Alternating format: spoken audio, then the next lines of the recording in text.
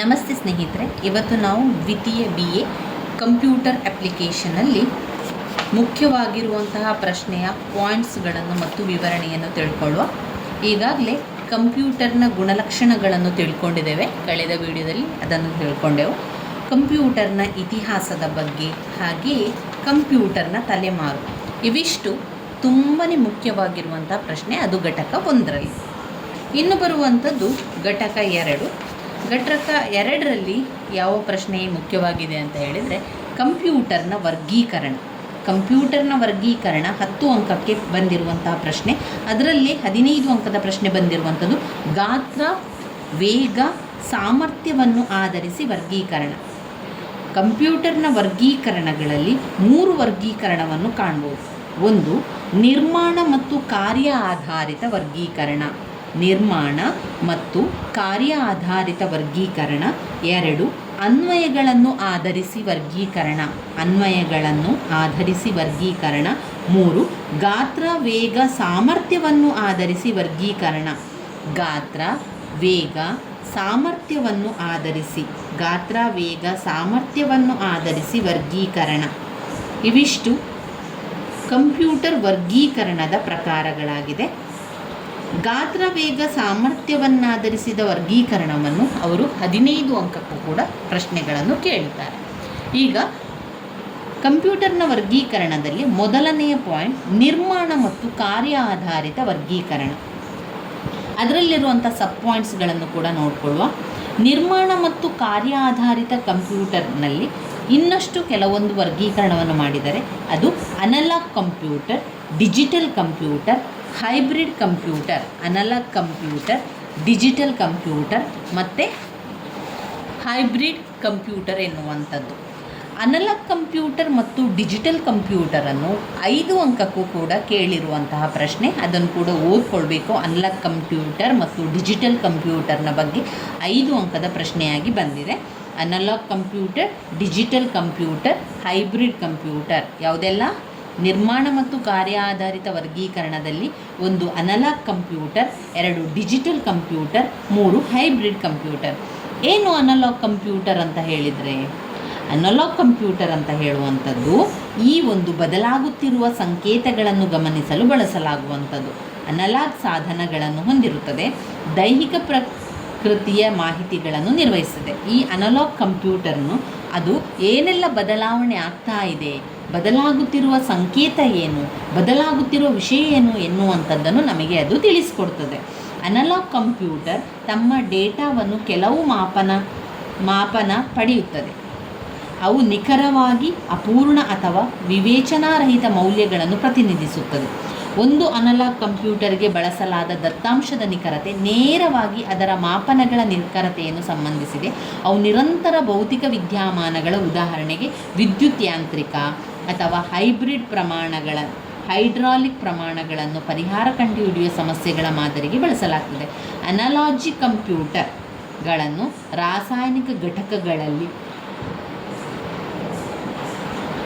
ರಾಸಾಯನಿಕ ಘಟಕಗಳಲ್ಲಿ ತಾಪಮಾನ ಮತ್ತು ಒತ್ತಡದ ಬದಲಾವಣೆಯನ್ನು ಕಂಡುಹಿಡಿಯಲು ಅಥವಾ ಪೆಟ್ರೋಲ್ ಪಂಪಿನ ಇಂಧನ ಹರಿಯುವಿಕೆಯನ್ನು ಪ್ರಮಾಣ ಮತ್ತು ಬೆಲೆ ಮೌಲ್ಯಮಾಪನಗಳಾಗಿ ಪರಿವರ್ತಿಸುವ ಪ್ರಕ್ರಿಯೆಯಲ್ಲಿ ಉಪಯೋಗಿಸಲಾಗ್ತದೆ.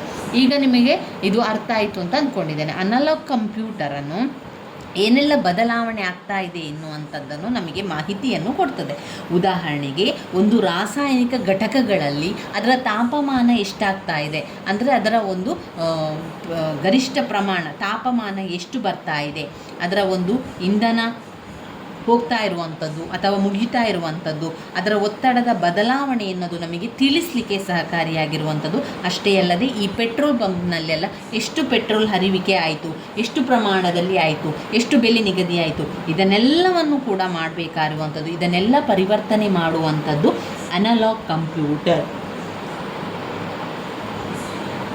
ನಾವು ಅನಲಾಗ್ ಕಂಪ್ಯೂಟರ್ ಅಂತ ಹೇಳಿದಾಗ ಅವಷ್ಟನ್ನು ನೆನಪಲ್ಲಿ ಇಟ್ಕೊಂಡ್ರೆ ಆಯಿತು. ಬದಲಾಗುತ್ತಿರುವುದರ ಬಗ್ಗೆ ನಮಗೆ ಸಂಕೇತಗಳನ್ನು ಕೊಡುವಂಥದ್ದು, ಏನಾದರೂ ಬದಲಾವಣೆ ಆಗ್ತಾ ಇದೆ ಎನ್ನುವುದರ ವಿಚಾರವಾಗಿ ನಮಗೆ ಸಂಕೇತಗಳನ್ನು ಕೊಡುವಂಥದ್ದು ಇದೆಯಲ್ಲ, ಅದು ಅನಲಾಗ್ ಕಂಪ್ಯೂಟರ್. ರಾಸಾಯನಿಕ ಘಟಕಗಳಲ್ಲಿ ಅಲ್ಲಿನ ತಾಪಮಾನದ ಒತ್ತಡದ ಬದಲಾವಣೆಯನ್ನು ಕಂಡುಹಿಡಿಯುವಂಥದ್ದು. ಮತ್ತು ಪೆಟ್ರೋಲ್ ಪಂಪಿನಲ್ಲಿ ಇಂಧನ ಹರಿಯುವಿಕೆಯ ಬಗ್ಗೆ, ಅಲ್ಲಿನ ಪ್ರಮಾಣದ ಬಗ್ಗೆ, ಅಲ್ಲಿನ ಮೌಲ್ಯಮಾಪನದ ಬಗ್ಗೆ ಪರಿವರ್ತಿಸುವ ಪ್ರಕ್ರಿಯೆಯನ್ನು ಉಪಯೋಗಿಸುವಂಥದ್ದು analogue computer. 2 digital computer. Digital computer ಅಂದರೆ ಏನು? ಅದು ದತ್ತಾಂಶಗಳ ಅಂಕೆಗಳನ್ನು ಮತ್ತು ಇತರ ಚಿಹ್ನೆಗಳನ್ನು ಸ್ವೀಕರಿಸಿ ಮಾನವ ಓದಬಲ್ಲ ಔಟ್ಪುಟ್ ನೀಡುವಂಥದ್ದು. ಅಂದರೆ ಉದಾಹರಣೆಗೆ ಧನಾತ್ಮಕ ಅಥವಾ ಋಣಾತ್ಮಕ, ಕಡಿಮೆ ಅಥವಾ ಹೆಚ್ಚು, ಆನ್ ಅಥವಾ ಆಫ್ ಪ್ರತಿನಿಧಿಸಲು ಬೈನರಿ ಅಂಕೆಗಳು 0 ಮತ್ತು 1 ಬಳಸಲಾಗ್ತದೆ. ಅವು ಬೈನರಿ ದತ್ತಾಂಶಗಳಲ್ಲಿ ಪ್ರಕ್ರಿಯೆಗೊಳಿಸುತ್ತದೆ. ಅನಲಾಗ್ ಕಂಪ್ಯೂಟರ್ ಮಾಡಿದ ಮಾಪನಗಳ ನಿಖರತೆಯಲ್ಲಿ ಸೀಮಿತವಾಗಿರ್ತದೆ. ಆದರೆ ಡಿಜಿಟಲ್ ಕಂಪ್ಯೂಟರ್ ಭಿನ್ನವಾದದ್ದು. ನಿಖರತೆಗೆ ಅಗತ್ಯವಿದ್ದಷ್ಟು ಸ್ಥಾನಗಳನ್ನು ಮತ್ತು ಸಂಖ್ಯೆಗಳನ್ನು ಬಳಸಿಕೊಂಡು ದಶಮಾಂಶ ಪ್ರತಿನಿಧಿಸುತ್ತದೆ. ಡಿಜಿಟಲ್ ಕಂಪ್ಯೂಟರ್ಗಳು ಹೆಚ್ಚಿನ ಮೆಮೊರಿ ಸಾಮರ್ಥ್ಯವನ್ನು ಹೊಂದಿದ್ದು ಅದರ ಪದ ಸಂಸ್ಕರಣೆಗೆ, ಬಿಲ್ಲುಗಳ ತಯಾರಿಕೆಯಲ್ಲಿ ಬಳಸಲಾಗ್ತದೆ. ಇದನ್ನು ಸಮೀಕರಣಗಳನ್ನು ಪರಿಹರಿಸುವ ವಿಶೇಷ ಅಪ್ಲಿಕೇಶನ್ಗಳಲ್ಲಿ ಕೂಡ ಉಪಯೋಗಿಸ್ತಾರೆ. ಇದು ಡಿಜಿಟಲ್ ಕಂಪ್ಯೂಟರ್ನ ಬಗ್ಗೆ. ಡಿಜಿಟಲ್ ಕಂಪ್ಯೂಟರ್ ಏನು ಮಾಡ್ತದೆ? ಅದು ದತ್ತಾಂಶಗಳನ್ನು ಮತ್ತು ಅದರ ಚಿಹ್ನೆಗಳನ್ನು ಸ್ವೀಕರಿಸಿ, ಕಂಪ್ಯೂಟರ್ಗಳು ದತ್ತಾಂಶದ ಅಂಕೆಗಳು ಮತ್ತು ಇತರ ಚಿಹ್ನೆಗಳನ್ನು ಸ್ವೀಕರಿಸಿ ಮಾನವ ಓದುವಂತಹ ಔಟ್ಪುಟ್ಗಳನ್ನು, ಅಂದರೆ ಉತ್ತರವನ್ನು ಅದು ನಮಗೆ ಕೊಡ್ತದೆ. ದತ್ತಾಂಶಗಳನ್ನು ಪಡೆದುಕೊಳ್ತದೆ, ಚಿಹ್ನೆಗಳನ್ನು ಪಡೆದುಕೊಳ್ತದೆ. ಆಮೇಲೆ ಓದುಗರಿಗೆ ಏನು ಕೊಡ್ತದೆ? ಅದು ಔಟ್ಪುಟ್ಟನ್ನು ಕೊಡ್ತದೆ. ದತ್ತಾಂಶದ ಬಗ್ಗೆ ಔಟ್ಪುಟ್ಟನ್ನು ಕೊಡ್ತದೆ. ಧನಾತ್ಮಕ ಅಥವಾ ಋಣಾತ್ಮಕವಾಗಿ ಕೊಡ್ಬೋದು, ಕಡಿಮೆ ಅಥವಾ ಹೆಚ್ಚು ಕೊಡ್ಬೋದು. ಆನ್ ಆಫ್ ಮಾಡಿ ಪ್ರತಿನಿಧಿಸಲು ಬೈನರಿ ಅಂಕೆಗಳು 0 ಮತ್ತು 1 ಬಳಸಲಾಗುವಂಥದ್ದು. ಇನ್ನು ಹೈಬ್ರಿಡ್ ಕಂಪ್ಯೂಟರ್ ಎಂದರೆ ಅದು 2 ತತ್ವಗಳನ್ನು ಬಳಸಿಕೊಳ್ಳುತ್ತದೆ. ಅನಲಾಗ್ ಕಂಪ್ಯೂಟರ್ನ ತತ್ವವನ್ನು ಕೂಡ ಬಳಸಿಕೊಳ್ಳುತ್ತದೆ, ಡಿಜಿಟಲ್ ಕಂಪ್ಯೂಟರ್ನ ತತ್ವಗಳನ್ನು ಕೂಡ ಬಳಸಿಕೊಳ್ಳುತ್ತದೆ. ಹೈಬ್ರಿಡ್ ಕಂಪ್ಯೂಟರ್ ಒಂದು ಡಿಜಿಟಲ್ ಕಂಪ್ಯೂಟರ್ ಅನಲಾಗ್ ಸಂಕೇತಗಳನ್ನು ಸ್ವೀಕರಿಸುತ್ತದೆ, ಅವುಗಳನ್ನು ಡಿಜಿಟಲ್ಗೆ ಪರಿವರ್ತಿಸುತ್ತದೆ, ಅವುಗಳನ್ನು ಡಿಜಿಟಲ್ ರೂಪದಲ್ಲಿ ಪ್ರತಿಕ್ರಿಯೆಗೊಳಿಸಪಡುತ್ತದೆ. ಈ ಏಕೀಕರಣ ಅನಲಾಗ್ನಿಂದ ಡಿಜಿಟಲ್ಗೆ ಮತ್ತು ಡಿಜಿಟಲ್ನಿಂದ ಅನಲಾಗ್ಗೆ ಪರಿವರ್ತಕ ಮೂಲಕ ಪಡೆಯಲಾಗ್ತದೆ. ಹೈಬ್ರಿಡ್ ಕಂಪ್ಯೂಟರ್ ಅನಲಾಗ್ ಡೇಟಾವನ್ನು ಬಳಸಿ ಅನಲಾಗ್ ಅಥವಾ ಡಿಜಿಟಲ್ ದಶಮಾಂಶ ಉಂಟು ಮಾಡಬಹುದು. ಅದರ ಕಾರ್ಯಾಚರಣೆಯ ಸಂದರ್ಭದಲ್ಲಿ ನಿರಂತರವಾಗಿ ಬದಲಾಗುತ್ತಿರುವ ಇನ್ಪುಟ್ ಸ್ವೀಕರಿಸುತ್ತದೆ. ನಂತರ ಡಿಜಿಟಲ್ ಪ್ರಕ್ರಿಯೆಗೆ ಪ್ರತ್ಯೇಕ ಮೌಲ್ಯಗಳಾಗಿ ಪರಿವರ್ತಿಸಲಾಗುತ್ತದೆ. ಇದು ಯಾವುದೇ ಸಮಾನ ಡಿಜಿಟಲ್ ಕಂಪ್ಯೂಟರ್ಗಿಂತ ಇದು ಕಡಿಮೆ ದುಬಾರಿಯಾಗಿರುವಂಥದ್ದು, ಹೆಚ್ಚು ಇಲ್ಲ. ಅಂದರೆ ಇಲ್ಲಿ ಎಲ್ಲಿ ಬಳಸ್ತೇವೆ ಇದನ್ನು ಅಂತ ಹೇಳಿದರೆ, ಆಸ್ಪತ್ರೆಗಳಲ್ಲಿ ರೋಗಿಯ ಎದೆಬಡಿತ ನಿಯಂತ್ರಿಸುವಲ್ಲಿ, ವೈಜ್ಞಾನಿಕ ಅನ್ವಯಗಳಲ್ಲಿ ಅಥವಾ ಕೈಗಾರಿಕಾ ಪ್ರಕ್ರಿಯೆಗಳಲ್ಲಿ ಹೈಬ್ರಿಡ್ ಕಂಪ್ಯೂಟರನ್ನು ಬಳಸಲಾಗ್ತದೆ. ಹೈಬ್ರಿಡ್ ಕಂಪ್ಯೂಟರ್ಗಳು ಒಂದು ಅನಲಾಗ್ ಕಂಪ್ಯೂಟರ್ ಮತ್ತು ಡಿಜಿಟಲ್ ಕಂಪ್ಯೂಟರ 2 ತತ್ವಗಳನ್ನು ಬಳಸ್ತದೆ. ಅಂದರೆ ಅನಲಾಗ್ ಕಂಪ್ಯೂಟರ್ ಏನು ಮಾಡ್ತದೆ? ಅಲ್ಲಿ ಬದಲಾಗುತ್ತಿರುವಂತಹ ಸಂಕೇತಗಳನ್ನು ಅದು ನಮಗೆ ಕೊಡ್ತಾನೆ ಹೋಗ್ತದೆ. ಒಂದು ಪೆಟ್ರೋಲ್ ಪಂಪ್ನಲ್ಲಿ ಪೆಟ್ರೋಲ್ ಹರಿತಾ ಇದೆ, ಹೋಗ್ತಾ ಇದೆ, ಅದರ ಪ್ರಮಾಣ ಇಷ್ಟಾಯಿತು, ಅದರ ಬೆಲೆ ಇಷ್ಟಾಯಿತು, ಅದರ ಮೌಲ್ಯಮಾಪನ ಹೀಗೆ ಬಂತು ಅಂತ ಯಾವ ರೀತಿ ಪ್ರತಿಕ್ರಿಯೆಯನ್ನು ನಮಗೆ ಅದರ ಪರಿವರ್ತನೆಯ ಬಗ್ಗೆ ಮಾಹಿತಿಯನ್ನು ಕೊಡ್ತದೆ. ಆಮೇಲೆ ರಾಸಾಯನಿಕ ಘಟಕಗಳಲ್ಲಿ ಅಲ್ಲಿ ಆಗುವಂಥ ತಾಪಮಾನದ ಮತ್ತು ಒತ್ತಡದ ಬದಲಾವಣೆಯನ್ನು ಕಂಡುಹಿಡಿಯಲು ಕೂಡ ಇದು ನಮಗೆ ತುಂಬಾ ಸಹಕಾರಿಯಾಗಿರುವಂಥದ್ದು ಅನಲಾಗ್ ಕಂಪ್ಯೂಟರ್. ಡಿಜಿಟಲ್ ಕಂಪ್ಯೂಟರ್ ಏನು ಮಾಡ್ತದೆ? ಅದು ಕಂಪ್ಯೂಟರ್ಗಳು ದಶಮಾಂಶ ಅಂಕೆಗಳು ಮತ್ತು ಇತರ ಚಿಹ್ನೆಗಳನ್ನು ಸ್ವೀಕರಿಸಿ ಮಾನವ ಓದಬಲ್ಲ ಔಟ್ಪುಟ್ಟನ್ನು ನೀಡ್ತದೆ. ಧನಾತ್ಮಕ ಇರ್ಬೋದು, ಋಣಾತ್ಮಕ ಇರ್ಬೋದು, ಕಡಿಮೆ ಅಥವಾ ಹೆಚ್ಚು, ಆನ್ ಅಥವಾ ಆಫ್ ಪ್ರತಿನಿಧಿಸಲು ಬೈನರಿ ಅಂಕೆಗಳು 0 ಮತ್ತು 1 ಬಳಸ್ತದೆ. ಇದು ಬೈನರಿ ದತ್ತಾಂಶಗಳಲ್ಲಿ ಪ್ರಕ್ರಿಯೆಗೊಳಿಸುತ್ತದೆ. ಅನಲಾಗ್ ಕಂಪ್ಯೂಟರ್ ಮಾಡಿದ ಮಾಪನಗಳ ನಿಖರತೆಯಲ್ಲಿ ಅದು ಸೀಮಿತವಾಗಿರ್ತದೆ. Digital computer ಭಿನ್ನವಾದದ್ದು.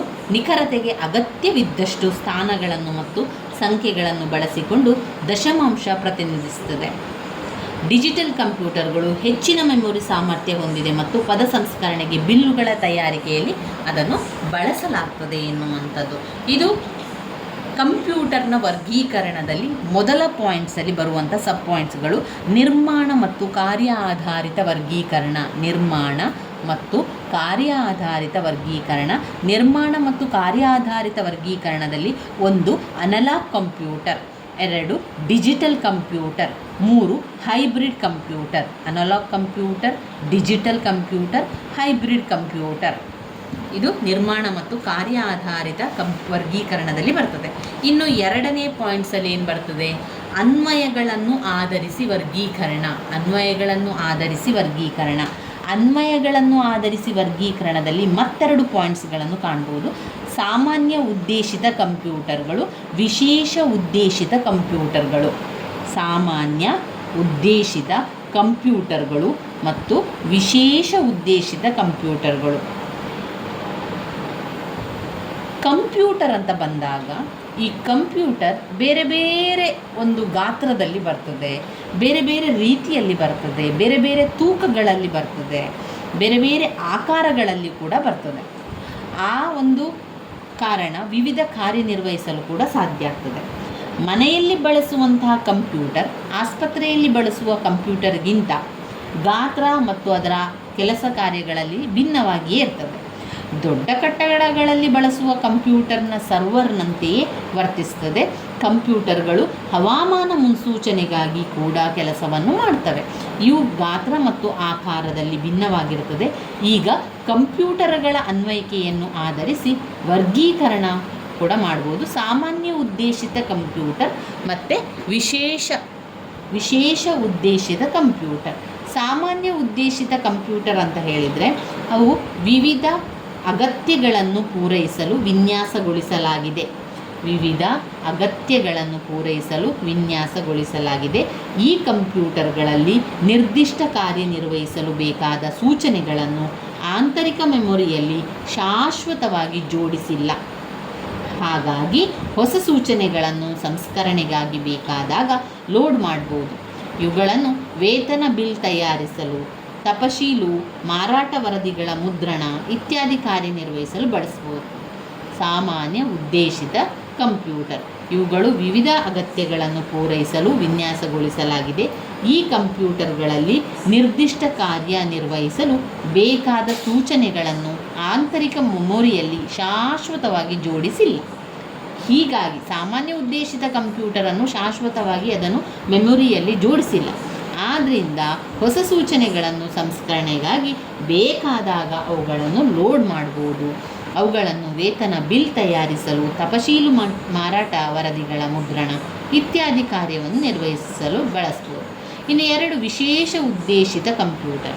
ಈ ಕಂಪ್ಯೂಟರ್ಗಳು ನಿರ್ದಿಷ್ಟ ಕೆಲಸವನ್ನು ಅಥವಾ ಅವಶ್ಯಕತೆಗಳನ್ನು ಪೂರೈಸುವುದಕ್ಕಾಗಿ ಮೀಸಲಾಗಿದೆ. ವಿಶೇಷ ಉದ್ದೇಶಿತ ಕಂಪ್ಯೂಟರ್ಗಳು ನಿರ್ದಿಷ್ಟ ಕೆಲಸವನ್ನು ಅಥವಾ ಅವಶ್ಯಕತೆಗಳನ್ನು ಪೂರೈಸುವುದಕ್ಕಾಗಿ ಮೀಸಲಾಗಿದೆ. ಇವು ಅನಗತ್ಯ ಆಯ್ಕೆಗಳನ್ನು ಹೊಂದಿಲ್ಲದಿರುವುದರಿಂದ ಬೆಲೆ ಕಡಿಮೆ. ಉದಾಹರಣೆ, ಉನ್ನತ ಮಟ್ಟದ ಡಿಜಿಟಲ್ ಕ್ಯಾಮರಾ, ವಾಹನ ಇಂಧನ, ವಾಹನ ನಿಯಂತ್ರಣಕ್ಕೆ ನಿರ್ಮಿಸಲಾದ ಕಂಪ್ಯೂಟರ್ಗಳು ಇತ್ಯಾದಿ. ಇನ್ನು ಮೂರನೇ ಪಾಯಿಂಟ್ನಲ್ಲಿ ಗಾತ್ರ, ವೇಗ, ದಕ್ಷತೆ ಆಧರಿಸಿ ವರ್ಗೀಕರಣ. ಇದೇ ಪ್ರಶ್ನೆ 15 ಅಂಕಕ್ಕೂ ಕೂಡ ಕೇಳಿದ್ದಾರೆ. ಗಾತ್ರ, ವೇಗ, ದಕ್ಷತೆಯನ್ನು ಆಧರಿಸಿ ವರ್ಗೀಕರಣದ ಬಗ್ಗೆ ತಿಳಿಸಿ ಅಂತ ಕೇಳಿದ್ದಾರೆ. ಇದರಲ್ಲಿ ಬರುವಂಥ ಬೇರೆ ಬೇರೆ ಅವುಗಳ ಗಾತ್ರ, ವೇಗ, ದಕ್ಷತೆಯನ್ನು ಆಧರಿಸಿ ಕಂಪ್ಯೂಟರ್ ಎನ್ನುವಂಥದ್ದು ಸೂಪರ್ ಕಂಪ್ಯೂಟರ್. ಒಂದು ಸೂಪರ್ ಕಂಪ್ಯೂಟರ್, ಮೊದಲನೇದು ಯಾವುದು ಸೂಪರ್ ಕಂಪ್ಯೂಟರ್, ಮತ್ತೊಂದು ಮೇನ್ ಫ್ರೇಮ್ಗಳು. ಸೂಪರ್ ಕಂಪ್ಯೂಟರ್, ಮೇನ್ ಫ್ರೇಮ್ಗಳು, mini computer. Super computer, main frame, mini computer. Mini computer. ಕಾರ್ಯಕ್ಷೇತ್ರ, ಮೈಕ್ರೋ ಕಂಪ್ಯೂಟರ್. ಕಾರ್ಯಕ್ಷೇತ್ರ,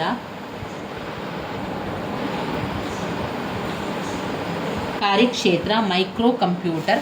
ಲ್ಯಾಪ್ಟಾಪ್ ಮತ್ತು ನೋಟ್ ಪ್ಯಾಡ್. ಲ್ಯಾಪ್ಟಾಪ್ ಮತ್ತು ನೋಟ್ ಪ್ಯಾಡ್. ಹ್ಯಾಂಡ್ ಗಣಕಗಳು. ಪರ್ಸನಲ್ ಡಿಜಿಟಲ್ ಸಹಾಯಕ.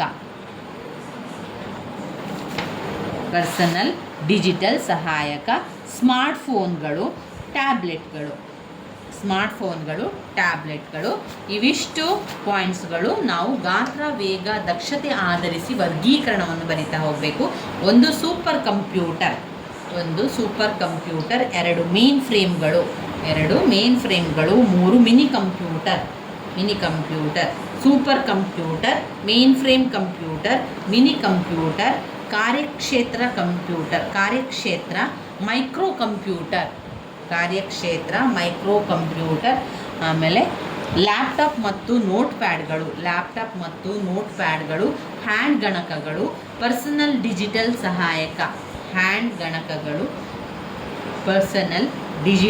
ಸಹಾಯಕ, ಸ್ಮಾರ್ಟ್ಫೋನ್ಗಳು ಮತ್ತು ಟ್ಯಾಬ್ಲೆಟ್, ಸೂಪರ್ ಕಂಪ್ಯೂಟರ್, ಮೇನ್ ಫ್ರೇಮ್ಗಳು, ಮಿನಿ ಕಂಪ್ಯೂಟರ್, ಕಾರ್ಯಕ್ಷೇತ್ರ, ಮೈಕ್ರೋ ಕಂಪ್ಯೂಟರ್, ಲ್ಯಾಪ್ಟಾಪ್ ಮತ್ತು ನೋಟ್ ಪ್ಯಾಡ್ಗಳು, ಹ್ಯಾಂಡ್ ಗಣಕಗಳು, ಪರ್ಸನಲ್ ಡಿಜಿಟಲ್ ಸಹಾಯಕ, ಸ್ಮಾರ್ಟ್ಫೋನ್ಗಳು, ಟ್ಯಾಬ್ಲೆಟ್ಗಳು. ಒಟ್ಟು 10 ಪಾಯಿಂಟ್ಸ್ಗಳಿದೆ. ಈ 10 ಪಾಯಿಂಟ್ಸ್ಗಳ ವಿವರಣೆಯನ್ನು ಸ್ವಲ್ಪ ತಿಳಿತಾ ಹೋಗುವ. ನಾವು ಏನೆಲ್ಲ ವಿವರಣೆಯನ್ನು ಕೊಟ್ಟಿದ್ದಾರೆ ಎನ್ನುವಂಥದ್ದನ್ನು ತಿಳಿತಾ ಹೋಗುವ. ಮೊದಲನೇದಾಗಿ ಸೂಪರ್ ಕಂಪ್ಯೂಟರ್ ಅಂತ ಹೇಳಿದ ತಕ್ಷಣ ಅದರ ಪಾಯಿಂಟ್ಸೇ ಹೇಳುವಂತೆ ಈ ಕಂಪ್ಯೂಟರ್ ತುಂಬಾ ಸೂಪರ್ ಆಗಿದೆ, ಎಷ್ಟೋ ಸಾಮರ್ಥ್ಯ, ಅದು ತನ್ನ ಒಂದು ಸಾಮರ್ಥ್ಯವನ್ನು ತುಂಬಿಸುವಂತಹ ಅಥವಾ ಹೆಚ್ಚು ಮಾಡುವಂತಹ ಅದರಲ್ಲಿ ಸೂಪರ್ ಕಂಪ್ಯೂಟರ್ ಒಂದಾಗಿರುವಂಥದ್ದು.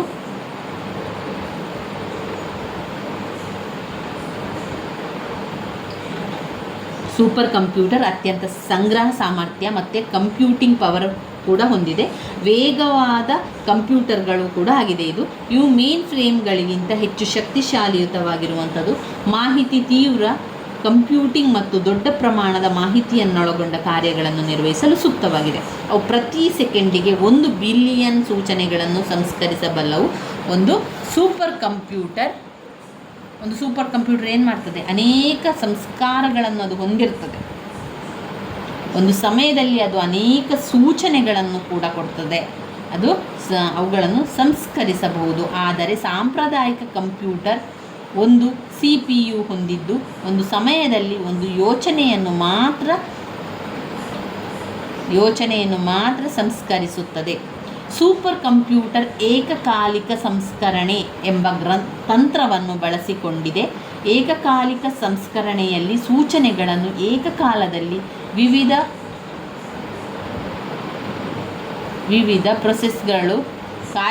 ಪ್ರೊಸೆಸರ್ಗಳು ಕಾರ್ಯನಿರ್ವಹಿಸಿದಾಗ ಗಣನೆಯ ಸಮಯ ಕಡಿಮೆಯಾಗುತ್ತದೆ ಹಾಗೂ ಗಣನಾ ವೇಗ ಹೆಚ್ಚಳಕ್ಕೆ ಕೂಡ ಕಾರಣ ಆಗುತ್ತೆ.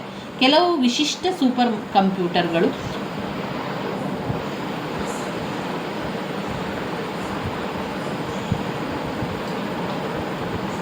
ತಪ್ಪು ಸಹಿಷ್ಣುತೆ ಉಳ್ಳವು. ಅವು ಕಾರ್ಯಾಚರಣೆಯ ಸಂದರ್ಭದಲ್ಲಿ ವಿಫಲ ಆಯಿತು ಅಂತಾದರೆ ಯಂತ್ರಾಂಶ ಏನಾಗ್ತದೆ? ಸ್ವಯಂಚಾಲಿತವಾಗಲು ಮತ್ತು ವ್ಯವಸ್ಥೆ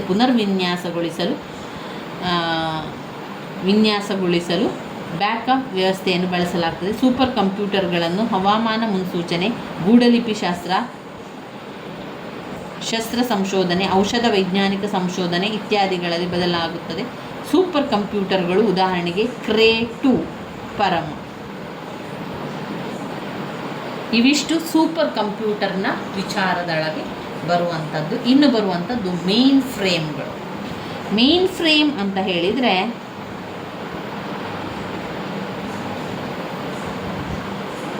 ಮೇನ್ ಫ್ರೇಮ್ಗಳು ಬೃಹತ್ ಶೇಖರಣಾ ಸಾಮರ್ಥ್ಯವನ್ನು ಹೊಂದಿರುವಂತಹ ದೊಡ್ಡ ಪ್ರಮಾಣದ ಯಾಂತ್ರಿಕ ಯಂತ್ರಗಳು. ಈ ಕಂಪ್ಯೂಟರ್ಗಳ ವ್ಯವಸ್ಥೆ ಘಟಕಗಳು ಸಾಮಾನ್ಯವಾಗಿ ಫ್ರೇಮ್ ರೀತಿಯ ವಿಭಾಗಗಳಲ್ಲಿ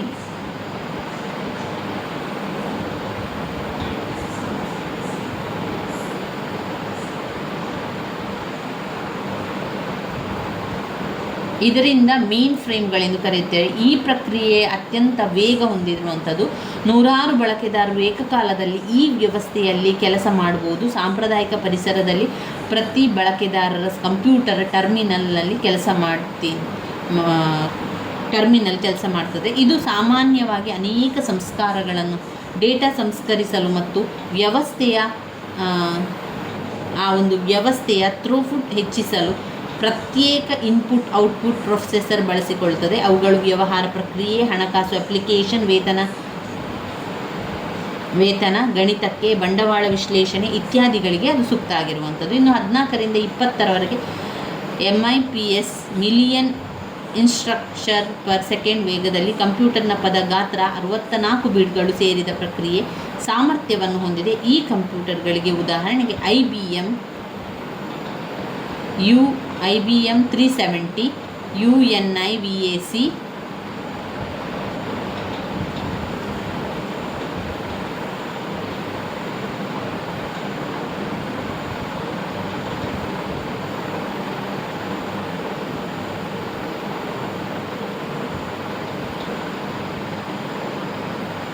ಇಲ್ಲಿ IBM 370, UNI VAC 1100, ವ್ಯಾಕ್ಸ್ 8000 ಇತ್ಯಾದಿ ಬರುವಂಥದ್ದು ಮೇನ್ ಫ್ರೇಮ್ಗಳು. ಮೊದಲನೇದಾಗಿ super computer, 2 main frame computer, 3 mini computer. 3ನೇ ಪಾಯಿಂಟ್ನಲ್ಲಿ ಮಿನಿ ಕಂಪ್ಯೂಟರ್ ಬರ್ತದೆ. ಮಿನಿ ಕಂಪ್ಯೂಟರ್ ಅಂತ ಬಂದಾಗ ಯಾವಾಗ ಅನೇಕ ಕಂಪ್ಯೂಟಿಂಗ್ ಕಾರ್ಯಗಳಿಗಾಗಿ ದುಬಾರಿ ಸಮಕಾಲೀನ ಕಂಪ್ಯೂಟರ್, ಇಲ್ಲಿ ದುಬಾರಿ ಸಮಕಾಲೀನ ಒಂದು ಕಂಪ್ಯೂಟರ್ಗೆ ಅಗತ್ಯವಿಲ್ಲ, ಸಣ್ಣ ಅಗ್ಗದ ಕಂಪ್ಯೂಟರ್ ಮೂಲಕ ಪರಿಹರಿಸಬಹುದು ಎಂದು ಅರಿವಾಯಿತು. ಆಗ 1960ರಲ್ಲಿ ಪದ ಮಿನಿ ಹುಟ್ಟಿಕೊಂಡಿತು. ಆರಂಭಿಕ ಚಿಕ್ಕ ಗಣಕಗಳು 8 ಬೀಟ್ ಮತ್ತು 12 ಬೀಟ್ ಯಂತ್ರಗಳು, ಅಂದರೆ 1970ರಲ್ಲಿ ಎಲ್ಲ ಚಿಕ್ಕ ಗಣಕಗಳು 16 ಬೀಟ್ ಯಂತ್ರಗಳು, ಈಗ ಸಾಮಾನ್ಯವಾಗಿ 32 ಬೀಟ್ ಪ್ರೊಸೆಸರ್ಗಳಿವೆ. ಒಂದು 32 ಬೀಟ್ ಮಿನಿ ಕಂಪ್ಯೂಟರನ್ನು ಸೂಪರ್ ಮಿನಿ ಎಂದು ಕರೆಯಲಾಗುತ್ತದೆ. ಸೂಪರ್ ಮಿನಿಯು ದೊಡ್ಡ ಮೆಮೊರಿ, ಸೂಪರ್ ಮಿನಿ ಅನ್ನೋದು ದೊಡ್ಡ ಮೆಮೊರಿ, ಹೆಚ್ಚು ಬಾಹ್ಯ ಸಾಧನಗಳನ್ನು ತರುವಂಥ ಇದು ಮಿನಿ ಕಂಪ್ಯೂಟರ್ನ ಒಳಗಡೆ ಬರುವಂಥದ್ದು. ಇಲ್ಲಿ ಹಿಂದಿನ ಚಿಕ್ಕ ಗಣಕಗಳಿಗೆ ಹೋಲಿಸಿದರೆ ಕಂಪ್ಯೂಟರ್ನಲ್ಲಿ ಏಕಕಾಲದಲ್ಲಿ ಕೆಲಸ ಹೆಚ್ಚು ಬಳಕೆದಾರರನ್ನು ಬೆಂಬಲಿಸಬಲ್ಲದು. ಚಿಕ್ಕ ಗಣಕಗಳು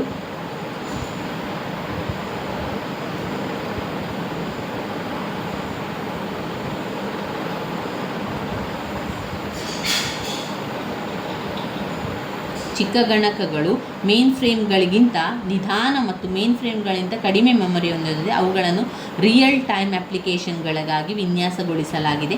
ಅದಾಗಿ ಅವುಗಳು ಒಂದು ಜಾಲಬಂಧ ಪರಿಸರದಲ್ಲಿ ಸರ್ವರ್ ರೀತಿ ವರ್ತಿಸುತ್ತದೆ. ಹೆಚ್ಚಿನ ಚಿಕ್ಕ ಗಣಕಗಳು ಅನೇಕ ಟರ್ಮಿನಲ್ಗಳನ್ನು ನಿಭಾಯಿಸಬಲ್ಲದು. ಅವುಗಳು ತನ್ಮೂಲಕ ಒಂದು ಕಡಿಮೆ ಸಂಖ್ಯೆಯ ಬಳಕೆದಾರರಿಗೆ ಕಡಿಮೆ ವೆಚ್ಚದಲ್ಲಿ ಒಂದು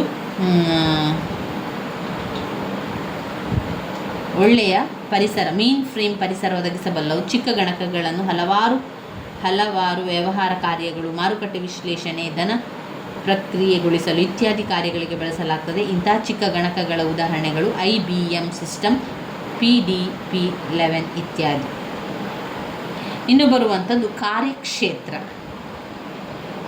ಕಾರ್ಯಕ್ಷೇತ್ರಗಳು ಮಧ್ಯಮ ಶ್ರೇಣಿಯ ಕಂಪ್ಯೂಟರ್ಸ್ PCಗಳ ನಡುವೆ ಇರುತ್ತದೆ. ಇವು ವೈಯಕ್ತಿಕ ಕಂಪ್ಯೂಟರ್ನ ಅನೇಕ ಲಕ್ಷಣಗಳನ್ನು ಹೊಂದಿದೆ, ಆದರೆ ಒಂದು ಮಿನಿ ಕಂಪ್ಯೂಟರ್ನ ಪ್ರೊಸೆಸಿಂಗ್ ಸಾಮರ್ಥ್ಯ ಹೊಂದಿರುತ್ತದೆ. ಇವುಗಳನ್ನು ವ್ಯಕ್ತಿಗಳು ಅಥವಾ ವ್ಯಕ್ತಿಗಳ ಗುಂಪುಗಳು ಬಳಸಿಕೊಳ್ಬೋದು. ಕಾರ್ಯಕ್ಷೇತ್ರಗಳು ವಿಶಿಷ್ಟವಾಗಿ ಹೆಚ್ಚು ಪ್ರಾಥಮಿಕ ಮತ್ತು ಪ್ರಾಥಮಿಕ ಸಂಗ್ರಹ ಸಾಮರ್ಥ್ಯ ಹೊಂದಿದ್ದು ಮುಂದುವರಿದ ಸಂಸ್ಕಾರಗಳನ್ನು ಬಳಸುತ್ತದೆ. ಇವು ಸುಧಾರಿತ ವಿನ್ಯಾಸ, ಮಾಡೆಲಿಂಗ್, ಅನಿಮೇಷನ್, ವಿಡಿಯೋ ಸಂಪಾದನೆ ನಿರ್ವಹಿಸಲು ದೊಡ್ಡ ಹೈ ರೆಸಲ್ಯೂಷನ್ ಮಾನಿಟರ್ ಮತ್ತು ವೇಗವರ್ಧಿತ ಗ್ರಾಫಿಕ್ ಸಂಸ್ಕಾರಗಳು ನಚ್ಚುಗೊಂಡಿದೆ. ಕಾರ್ಯಕ್ಷೇತ್ರಗಳಲ್ಲಿ ಅಂತಿಮವಾಗಿ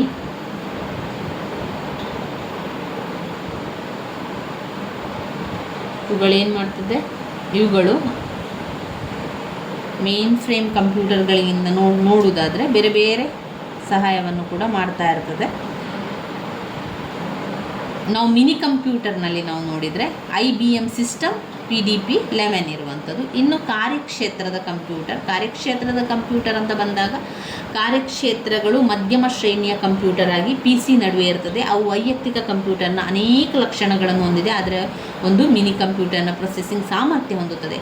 ಅವುಗಳನ್ನು ವ್ಯಕ್ತಿಗಳು ಅಥವಾ ವ್ಯಕ್ತಿಗಳ ಗುಂಪುಗಳು ಬಳಸಿಕೊಳ್ಬೋದು. ಕಾರ್ಯಕ್ಷೇತ್ರಗಳು ವಿಶಿಷ್ಟವಾಗಿ ಹೆಚ್ಚು ಪ್ರಾಥಮಿಕ ಮತ್ತು ಮಾಧ್ಯಮಿಕ ಸಂಗ್ರಹ ಸಾಮರ್ಥ್ಯ ಹೊಂದಿದ್ದು ಮುಂದುವರಿದ ಸಂಸ್ಕಾರಗಳನ್ನು ಕೂಡ ಅದು ಬಳಸ್ತದೆ.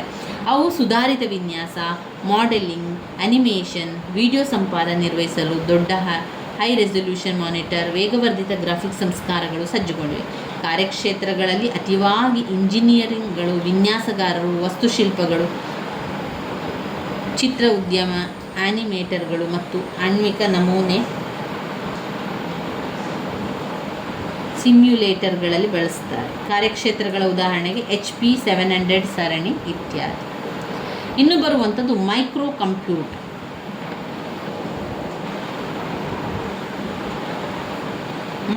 ಕಂಪ್ಯೂಟರ್ಗಳನ್ನು ಬಳಸಿ ನಿರ್ಮಿಸಿದಂತಹ ಕಡಿಮೆ ವೆಚ್ಚದ ಮೈಕ್ರೋ ಪ್ರೊಸೆಸರ್ ಮೈಕ್ರೋ ಪ್ರೊಸೆಸರ್ಗಳನ್ನು ಬಳಸಿ ನಿರ್ಮಿಸಿದ ಕಡಿಮೆ ವೆಚ್ಚದ ಮಂದಗತಿಯ ಯಂತ್ರಗಳು. ಮೈಕ್ರೋ ಕಂಪ್ಯೂಟರ್ಗಳನ್ನು ಪರ್ಸನಲ್ ಕಂಪ್ಯೂಟರ್ ಎಂದು ಕರೆಯಲಾಗುತ್ತದೆ. ಈ ಕಚೇರಿ ವೈಯಕ್ತಿಕ ಬಳಕೆಗೆ ವಿನ್ಯಾಸಗೊಳಿಸಲಾದಂಥ ಇವುಗಳನ್ನು ಸಾಮಾನ್ಯವಾಗಿ ಪದ ಸಂಸ್ಕರಣೆ ಕೆಲಸ ಮತ್ತು ಸ್ಪ್ರೆಡ್ಶೀಟ್ ಅಪ್ಲಿಕೇಶನ್ಗಳಿಗೆ ಉಪಯೋಗಿಸಲಾಗುತ್ತದೆ. ಒಂದು PCಯಲ್ಲಿ ಮೂಲ ಘಟಕಗಳು ಸಿಸ್ಟಮ್ ಯೂನಿಟ್, ವಿಡಿಯೋ ಪ್ರದರ್ಶನ, ಟರ್ಮಿನಲ್, ಕೀಬೋರ್ಡ್, ಮೌಸ್ ಇದೆ. ಸಿಸ್ಟಮ್ ಯೂನಿಟ್ ಆಯತಾಕಾರದ ಲೋಹದ ಬಾಕ್ಸ್ ಆಗಿದ್ದು ಅದರಲ್ಲಿ ಸಂಸ್ಕರಿಸುವ ಘಟಕ ಇದೆ. ಈ ಘಟಕವು ಪ್ರಾಥಮಿಕ ಮೆಮೊರಿ, ಡಿಸ್ಕ್ ಡ್ರೈವ್ಗಳು, ವಿದ್ಯುತ್ ಪೂರೈಕೆ, ಇನ್ಪುಟ್ ಔಟ್ಪುಟ್ ಸಾಧನ ಸಂಪರ್ಕಿಸಲು ಸ್ವಿಚ್ಗಳನ್ನು ಹೊಂದಿದೆ. ದರ್ಶಕ ಘಟಕ ಡೇಟಾ ಸೂಚನೆಗಳನ್ನು ಮತ್ತು ಔಟ್ಪುಟ್ ಚಿತ್ರಗಳನ್ನು ಬಳಕೆದಾರರಿಗೆ ಒದಗಿಸುತ್ತದೆ. ಕೀಬೋರ್ಡ್ ಮತ್ತು ಮೌಸ್ ಜನಪ್ರಿಯ ಇನ್ಪುಟ್ ಸಾಧನಗಳು. ಒಂದು PC ಘಟಕಗಳನ್ನು ಬಳಕೆದಾರನ ವಿನ್ಯಾಸ ಪೂರೈಸಲು ಕಸ್ಟಮೈಸ್ ಮಾಡ್ಬೋದು. Micro computer. ಇನ್ನು ಲ್ಯಾಪ್ಟಾಪ್ ಮತ್ತು ನೋಟ್ ಪ್ಯಾಡ್ಗಳು, ಆಮೇಲೆ ಹ್ಯಾಂಡ್ ಗಣಕಗಳು, ಪರ್ಸನಲ್ ಡಿಜಿಟಲ್ ಸಹಾಯಕ. ಲ್ಯಾಪ್ಟಾಪ್ ಮತ್ತು ನೋಟ್ ಪ್ಯಾಡ್ಗಳು ಬ್ಯಾಟ್ರಿ ಚಾಲಿತ ಕಂಪ್ಯೂಟರ್ಗಳು. ಇವುಗಳನ್ನು ಯಾವುದೇ ಸಮಯದಲ್ಲಿ ಯಾವುದೇ ಜಾಗದಲ್ಲೂ ಕೂಡ ನಾವು ಅದನ್ನು ಬಳಸ್ಕೊಳ್ಬೋದು. ಲ್ಯಾಪ್ಟಾಪ್ ಮತ್ತು ನೋಟ್ ಪ್ಯಾಡ್ ನಡುವೆ ಪ್ರಾಥಮಿಕ ವ್ಯತ್ಯಾಸ ಗಾತ್ರ ಮತ್ತು ತೂಕದಾಗಿದೆ. ಲ್ಯಾಪ್ಟಾಪ್ ಕಂಪ್ಯೂಟರ್ ಬಳಕೆದಾರರ ತೊಡೆಯ ಮೇಲೆ ಹೊಂದಿಕೊಳ್ಳಲು ಸಾಕಷ್ಟು ಸಣ್ಣ ಮತ್ತು ನೋಟ್ ಪ್ಯಾಡ್ ಕಂಪ್ಯೂಟರ್ಗಳು ಲ್ಯಾಪ್ಟಾಪ್ಗಿಂತ ಹೆಚ್ಚು ಚಿಕ್ಕದಾಗಿರುತ್ತದೆ. ಆದರೆ ಎರಡೂ ಕೂಡ ಏನಾಗಿರ್ತದೆ, ಪ್ರಬಲ ಮೈಕ್ರೋ ಪ್ರೊಸೆಸರ್ಗಳು, ಗ್ರಾಫಿಕ್ ಸಾಮರ್ಥ್ಯವನ್ನು, ಸಾಕಷ್ಟು ಮೆಮೊರಿ ಗಾತ್ರ, ಮೌಸ್ ಚಾಲಿತ ಇನ್ಪುಟ್ ಹೊಂದಿದೆ. ಕೆಲವು ಲ್ಯಾಪ್ಟಾಪ್ ಮತ್ತು ನೋಟ್ಬುಕ್ಗಳು ಫ್ಯಾಕ್ಸ್ ಸಾಮರ್ಥ್ಯಗಳನ್ನು, CD ಡ್ರೈವ್ ಮತ್ತು ಆಪ್ಟಿಕಲ್ ಸ್ಟೋರೇಜ್ ಸಾಧನಗಳು, ವಿವಿಧ ಇನ್ಪುಟ್ ಔಟ್ಪುಟ್ ಸಾಧನಗಳನ್ನು ಲಿಂಕ್ ಮಾಡ್ಬೋದು. ಲ್ಯಾಪ್ಟಾಪ್ ಮತ್ತು ನೋಟ್ಬುಕ್ಗಳನ್ನು ಬಹಳ ಸುಲಭವಾಗಿ ಒಂದು ಕಡೆಯಿಂದ ಮತ್ತೊಂದು ಕಡೆಗೆ ಒಯ್ಯಬಲ್ಲದ್ದರಿಂದ ಅನೇಕ ಕೆಲಸಗಾರರ ಉತ್ಪಾದನಾ ಸಾಮರ್ಥ್ಯ ಹೆಚ್ಚಿಸಿದೆ, ವಿಶೇಷವಾಗಿ ವ್ಯಾಪಕವಾಗಿ ಪ್ರಯಾಣ ಮಾಡುವವರಲ್ಲಿ. ಇದು ಲ್ಯಾಪ್ಟಾಪ್ ಮತ್ತು ನೋಟ್ ಪ್ಯಾಡ್ಗಳು. ಲ್ಯಾಪ್ಟಾಪ್ ಅಂತ ಬಂದಾಗ ನಮಗೆ ವಿವರಣೆಯನ್ನು ಕೊಡಬೇಕಾದ್ರೆ ಈಗ ಲ್ಯಾಪ್ಟಾಪ್ ಬಗ್ಗೆ ನಿಮಗೇನು ಗೊತ್ತಿದೆ ಅದನ್ನೆಲ್ಲ ಬರಿತಾ ಹೋಗುವಂಥದ್ದು ಅಷ್ಟೇ. ಹ್ಯಾಂಡ್ ಗಣಕಗಳು, ಕೈಯಲ್ಲೇ ಮಾಡುವಂಥದ್ದು. ಕೈ ಕಂಪ್ಯೂಟರ್ಗಳನ್ನು ಹ್ಯಾಂಡ್ ಗಣಕ ಎಂದು ಕರೆಯಲಾಗುತ್ತದೆ. ಇದು ನೋಟ್ ಪ್ಯಾಡ್ಗಳಿಂದ ಸಣ್ಣದಾಗಿರುತ್ತದೆ ಮತ್ತು ಸುಲಭವಾಗಿ ಅಂಗೈ ಮೇಲೆ ಕಾರ್ಯಾಚರಣೆ ಮಾಡಬಹುದು. ಇದರಲ್ಲಿ ಮುಖ್ಯ ವಿಭಾಗಗಳು: ಪರ್ಸನಲ್ ಡಿಜಿಟಲ್ ಸಹಾಯಕ, smartphone, tablet, PC. Personal digital ಸಹಾಯಕ, ಸ್ಮಾರ್ಟ್ಫೋನ್, ಟ್ಯಾಬ್ಲೆಟ್, PC. ಇನ್ನು ಬರುವಂಥದ್ದು personal digital computer, PDA. Personal digital computer. PDA ಒಂದು ಚಿಕ್ಕ ಕಂಪ್ಯೂಟರ್ ಆಗಿರುವಂಥದ್ದು.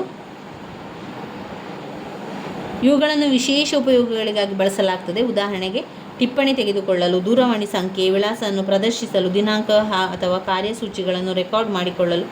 PDA ಡೇಟಾ ವಿನಿಮಯ ಮಾಡಲು ಒಂದು ದೊಡ್ಡ ಕಂಪ್ಯೂಟರ್ ಜೊತೆಗೆ ಸಂಪರ್ಕವನ್ನು ಮಾಡ್ಬೋದು. ಇನ್ನು ಸ್ಮಾರ್ಟ್ಫೋನ್ಗಳು. ಮುಂದುವರಿದ ಮೊಬೈಲ್ ಸಾಧನಗಳ ಅಭಿವೃದ್ಧಿಗೆ ಬೇಡಿಕೆ ಹೆಚ್ಚಾಗಿ ಪ್ರಬಲ ಪ್ರೊಸೆಸರ್ಸ್, ಹೇರಳವಾಗಿರುವ ಮೆಮೊರಿ, ದೊಡ್ಡ ಸ್ಕ್ರೀನ್ಗಳು ಮತ್ತು ತೆರೆದ ಕಾರ್ಯಾಚರಣಾ ವ್ಯವಸ್ಥೆಗಳಿಗಿರುವ ಸ್ಮಾರ್ಟ್ಫೋನ್ ಆವಿಷ್ಕಾರಕ್ಕೆ ಕಾರಣವಾಗಿದೆ. ಒಂದು ಸ್ಮಾರ್ಟ್ಫೋನ್ ಸಾಂಪ್ರದಾಯಿಕ PDA ಮತ್ತು ಸೆಲ್ಯುಲಸ್ ಫೋನ್ ಸಂಯೋಜನೆ ಎಂದು ಪರಿಗಣಿಸಲಾಗುತ್ತದೆ. ಸ್ಮಾರ್ಟ್ಫೋನ್ ಸಾಧನವು ಬಳಕೆದಾರರು ಮೊಬೈಲ್ ಫೋನ್ನಿಂದ ಬಳಸಿ ಜೊತೆಗೆ ಕಾರ್ಯಕ್ರಮಗಳು ಅನುಸ್ಥಾಪಿಸಲು, ಇಮೇಲ್ ಮಾಹಿತಿಯನ್ನು ಸಂಗ್ರಹಿಸಲು ಅವಕಾಶ ಮಾಡಿಕೊಡುತ್ತದೆ. ಒಂದು ಸ್ಮಾರ್ಟ್ಫೋನ್ನ ಲಕ್ಷಣಗಳನ್ನು ಸಾಮಾನ್ಯವಾಗಿ PDAಗಿಂತ ಹೆಚ್ಚು ಮೊಬೈಲ್ ಫೋನ್ ವೈಶಿಷ್ಟ್ಯಗಳನ್ನು ಒಳಗೊಂಡಿದೆ. ಹೆಚ್ಚು ಮೂಲಭೂತ ಸೆಲ್ ಫೋನ್ ಸಾಮರ್ಥ್ಯಗಳನ್ನು ಹೊಂದಿರುವ ಯಾವುದೇ ಮೊಬೈಲ್ ಸಾಧನಗಳನ್ನು ವಾಸ್ತವವಾಗಿ ಸ್ಮಾರ್ಟ್ಫೋನ್ ವರ್ಗದ ಅಡಿಯಲ್ಲಿ ಸಲ್ಲಿಸಬಹುದು. ಒಂದು ಸ್ಮಾರ್ಟ್ಫೋನ್ ಸಾಮಾನ್ಯವಾಗಿ ಅಪ್ಲಿಕೇಶನ್ ಅಭಿವೃದ್ಧಿಗಾರರು ಪ್ರಮಾಣೀಕೃತ ಇಂಟರ್ಫೇಸ್ ಮತ್ತು ವೇದಿಕೆ ಒದಗಿಸುವ ಸಂಪೂರ್ಣ ಕಾರ್ಯವ್ಯವಸ್ಥೆಯ ತಂತ್ರಾಂಶ ರನ್ ಮಾಡುತ್ತದೆ. ಇದು ಒಂದು ಸರಳೀಕೃತ ಇಂಟರ್ಫೇಸ್ ಹೊಂದಿದೆ ಮತ್ತು ಇಮೇಲ್, ಇಂಟರ್ನೆಟ್ ಇಂಟರ್ನೆಟ್ ಮತ್ತು ಇ ಪುಸ್ತಕ ಅಥವಾ ಒಂದು ಅಂತರ್ನಿರ್ಮಿತ ಪೂರ್ಣ ಕೀಬೋರ್ಡ್ ಅಥವಾ ಬಾಹ್ಯ USB ಕೀಬೋರ್ಡ್ ಮತ್ತು VGA ಕನೆಕ್ಟರ್ ಮುಂತಾದ ಸುಧಾರಿತ ವೈಶಿಷ್ಟ್ಯಗಳನ್ನು ಒದಗಿಸುತ್ತದೆ. ಅರ್ಥಾತ್ ಇದು ಫೋನ್ ಸಾಮರ್ಥ್ಯವನ್ನು ಹೊಂದಿರುವ ಒಂದು ಕಂಪ್ಯೂಟರ್ ಆಗಿರುವಂಥದ್ದು ಸ್ಮಾರ್ಟ್ಫೋನ್. ಇನ್ನು ಕೊನೆಯದಾಗಿ ಟ್ಯಾಬ್ಲೆಟ್ PC ನೋಟ್ಬುಕ್ PC ಕೈ ಕಂಪ್ಯೂಟರ್ ನಡುವೆ ಇದೆ. ಇದು ಒಂದು flat panel portable CC slate ರೂಪದಲ್ಲಿದೆ. ಇದು ಅವುಗಳು ಏನಾಗಿರುತ್ತದೆ ಅಂದರೆ ಸ್ಟೈಲಸ್ ಅಥವಾ ಎಲೆಕ್ಟ್ರಾನಿಕ್ ಪೆನ್ ಮೂಲಕ ಬಳಕೆದಾರರ ತೆರೆಯ ಮೇಲೆ ಒಂದು ಮಾಹಿತಿಯನ್ನು ನಮೂದಿಸಲು ಅನುಮತಿಸುತ್ತದೆ. ಎಲೆಕ್ಟ್ರಾನಿಕ್ ಪೆನ್ನನ್ನು ಕೇವಲ ಒಂದು ಮೌಸ್ ರೀತಿ ಆಯ್ಕೆ ಮಾಡಲು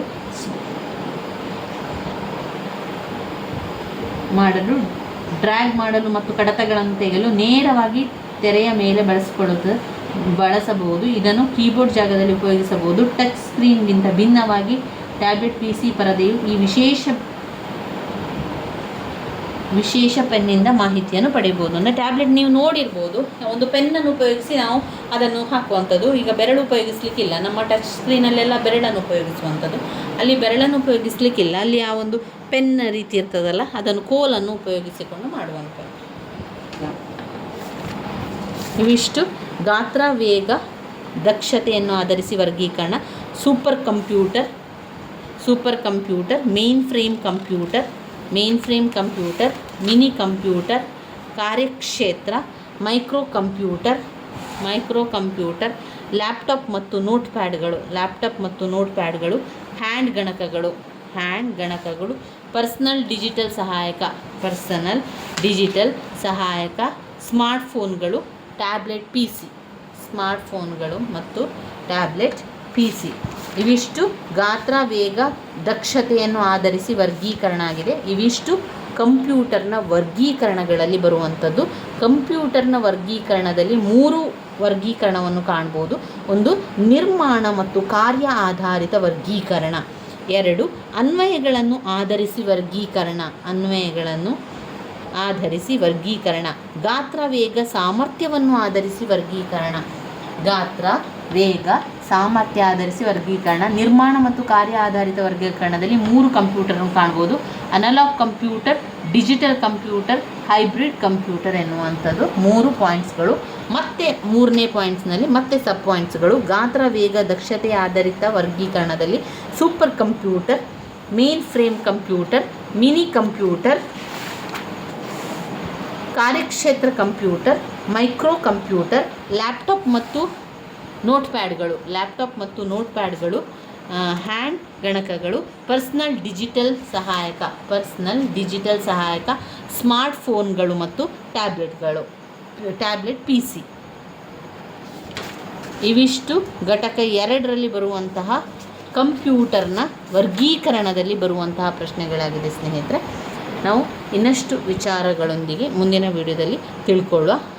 ಇನ್ನು ನಾವು ಓದಬೇಕಾದ್ರೆ ಕಂಪ್ಯೂಟರ್ನ ಕ್ರಿಯಾತ್ಮಕ ಘಟಕ ವೆರಿ ಇಂಪಾರ್ಟೆಂಟ್ ಆಗಿರುವಂತಹ ಪ್ರಶ್ನೆ. ಇದರಲ್ಲಿ ಕಂಪ್ಯೂಟರ್ನ ವರ್ಗೀಕರಣ ಆಯ್ತಲ್ಲ, ಈಗ ಕಂಪ್ಯೂಟರ್ನ ಕ್ರಿಯಾತ್ಮಕ ಘಟಕ ಅಂತ ಬಂದಾಗ ಕಂಪ್ಯೂಟರ್ನ ಚಿತ್ರವನ್ನು ಮಾಡುವಂಥದ್ದು. ಇಲ್ಲಿ input, output, CPU, control unit, arithmetical logical unit, secondary memory unit.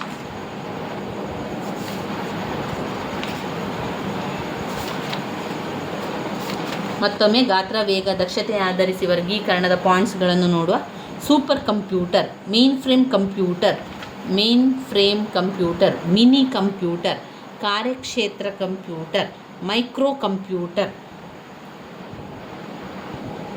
Laptop ಮತ್ತು ನೋಟ್ ಪ್ಯಾಡ್ಗಳು, ಹ್ಯಾಂಡ್ ಗಣಕಗಳು, ಪರ್ಸನಲ್ ಡಿಜಿಟಲ್ ಸಹಾಯಕ,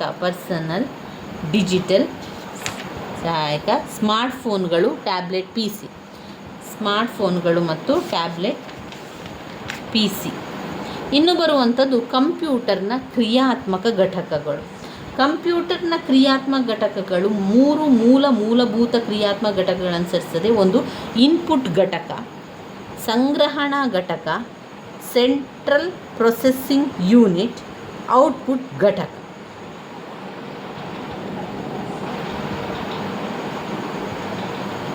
ಮೂಲಭೂತ ಕ್ರಿಯಾತ್ಮಕ ಘಟಕಗಳು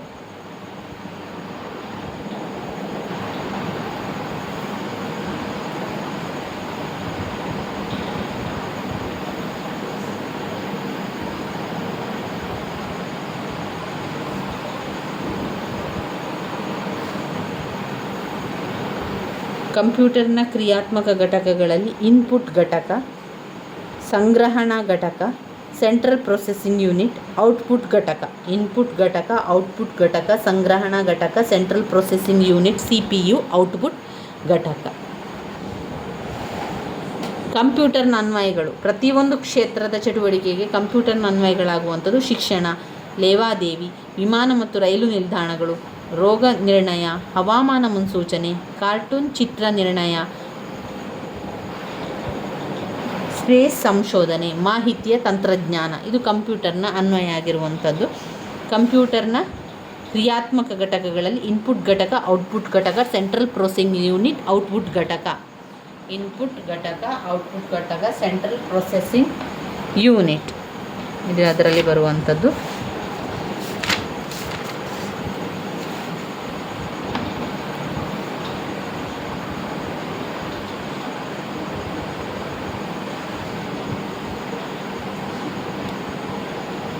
ಇನ್ನು ಇದರಲ್ಲಿ super computer, main frame computer, mini computer ಬಗ್ಗೆ ಎಲ್ಲ ನಾವು ತಿಳ್ಕೊಂಡಾಯಿತು. ಇನ್ನು ನಾವು ಕಂಪ್ಯೂಟರ್ನ ಕ್ರಿಯಾತ್ಮಕ ಘಟಕವನ್ನು ಓದ್ಕೊಳ್ಬೇಕು. ಕಂಪ್ಯೂಟರ್ನ ಕ್ರಿಯಾತ್ಮಕ ಘಟಕ ಅಂತ ಹೇಳಿದರೆ ಅಲ್ಲಿ ನಾವು ಕಂಪ್ಯೂಟರ್ನ ಚಿತ್ರವನ್ನು ಬರೆದು ನಂತರ ಅದರ ಭಾಗವನ್ನು ಎಲ್ಲ ಆ ಒಂದು ಕಂಪ್ಯೂಟರ್ನ ಸಂಪೂರ್ಣವಾಗಿ ಇನ್ಪುಟ್, ಔಟ್ಪುಟ್ ಈ ರೀತಿಯಾಗಿ ಒಂದು ಚಿತ್ರವನ್ನು ಮಾಡಬೇಕು. ನಾವು ಪರೀಕ್ಷೆಯಲ್ಲಿ ಇಷ್ಟನ್ನು ಒಂದು ಉತ್ತರ ಪತ್ರಿಕೆ ಫುಲ್ಲು ನೀವು ಮಾಡ್ತಾ ಹೋಗಬೇಕು. ಎಡಗಡೆ ಇನ್ಪುಟ್ ಘಟಕ, ಬಲದ ಸೈಡಲ್ಲಿ ಔಟ್ಪುಟ್ ಘಟಕ, ಆಮೇಲೆ ಮೇಲೆ CPU ಸೆಂಟ್ರಲ್ ಪ್ರೊಸೆಸಿಂಗ್ ಯೂನಿಟ್, ಅದಾದ ಮೇಲೆ control unit, ಅರ್ಥಮ್ಯಾಟಿಕ್ and logic unit, ಆಮೇಲೆ ಮೆಮೊರಿ ಯೂನಿಟ್ ಆದಮೇಲೆ ಆ ಬಾಕ್ಸಿಂದ ಹೊರಗಡೆ ಸೆಕೆಂಡ್ರಿ ಮೆಮೊರಿ ಯೂನಿಟ್. ಇನ್ಪುಟ್ಟಿನಿಂದ ಬಾಣ ಈ ಕಡೆಗೆ, ನಂತರ ಔಟ್ಪುಟ್ಟಿಗೆ ಬಾಣ. CPU ಸೆಂಟ್ರಲ್ ಪ್ರೊಸೆಸಿಂಗ್ ಯೂನಿಟ್ ಒಂದು ಹೊರಗಿನ ಬಾಕ್ಸ್ ಹಾಕಿ ಮತ್ತು ಒಳಗೆ ಒಂದೊಂದು box control unit, ಅರ್ಥಮ್ಯಾಟಿಕ್ and logic unit. ಮೂರನೇದು ಮೆಮೊರಿ ಯೂನಿಟಿಂದ ಕಂಟ್ರೋಲ್ ಯೂನಿಟಿಗೆ ಹೋಗ್ತದೆ, ಕಂಟ್ರೋಲ್ ಯೂನಿಟಿಂದ ಅರ್ಥಮ್ಯಾಟಿಕ್ ಲಾಜಿಕ್ಕಿಂದ ಕಂಟ್ರೋಲಿಗೆ ಹೋಗುವಂಥದ್ದು. ಆಮೇಲೆ ಮೆಮೊರಿ ಯೂನಿಟಿಂದ ಸೆಕೆಂಡರಿ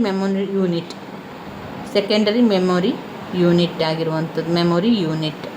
ಇವಿಷ್ಟು ಚಿತ್ರವನ್ನು ಒಂದು ಉತ್ತರ ಪತ್ರಿಕೆಯಲ್ಲಿ ಸಂಪೂರ್ಣವಾಗಿ ಮಾಡಿ ಸ್ನೇಹಿತರೆ. ನಂತರ ಅದರ ವಿವರಣೆಯನ್ನು ಕೂಡ ತಿಳ್ಕೊಳ್ಳುವ. ಕಂಪ್ಯೂಟರ್ನ ಕ್ರಿಯಾತ್ಮಕ ಘಟಕಗಳನ್ನು ಕೂಡ ನಾವು ಅವುಗಳನ್ನು ತಿಳ್ಕೊಳ್ಬೇಕು.